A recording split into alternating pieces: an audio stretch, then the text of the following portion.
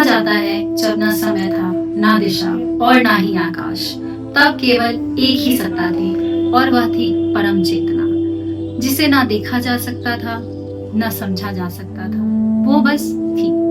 तब उसी अनंत चेतना में एक इच्छा जागी। इच्छा कुछ इस प्रकार थी कि मैं स्वयं को जानना चाहता हूँ, मैं अनेक रूपों में प्रकट होना चाहता हूँ। और इसी इच्छा के साथ निकला पहला नाद, ओम।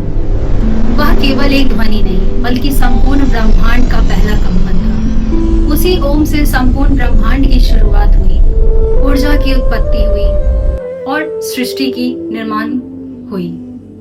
और इसी प्रकाश से उत्पत्ति हुई हमारे त्रिदेव की, जो हैं ब्रह्मा, विष्णु और महेश अर्थात भगवान शिव। और इन तीनों को सृष्टि के 3 मुख्य कार्य सौंपे गए। अगर हम बात करें ब्रह्मा जी की, तो ब्रह्मा जी को सौंपा गया सृष्टि की रचना का कार्य, जिसमें उन्होंने समय, दिशा, जल, वायु, अग्नि और धरती का निर्माण किया। वहीं अगर हम बात करें विष्णु जी की, तो उनको सृष्टि के पालन का कार्य सौंपा गया।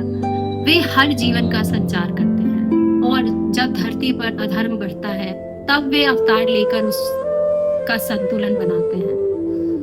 और महेश अर्थात भगवान शिव को मिला संहार का कार्य। यह संहार से तात्पर्य है नए सृजन की शुरुआत। उनका संहार विनाश को नहीं दर्शाता। और यही तीनों देव मिलकर बने त्रिदेव। सृजन, पालन और संहार, यही है सृष्टि का शाश्वत चक्र। और इसी से उत्पन्न हुआ हमारा सनातन धर्म। यह धर्म किसी व्यक्ति, काल या स्थान से जुड़ा नहीं है, बल्कि यह एक जीवन की पद्धति है, जो हमें यह सिखाती है कि हर जीव में ईश्वर है, हर कर्म में सत्य है और जीवन में सबसे बड़ी सीख यह देती है कि हर अंत के बाद एक नई शुरुआत अवश्य होती है। यही है सनातन का सार, जो सदा था, सदा है और सदैव रहेगा।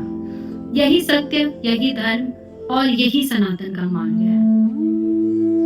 यह थी सनातन धर्म के शुरुआत की कथा। अगर आपको यह कहानी पसंद आई हो तो प्लीज लाइक करें, शेयर करें और फॉलो करें।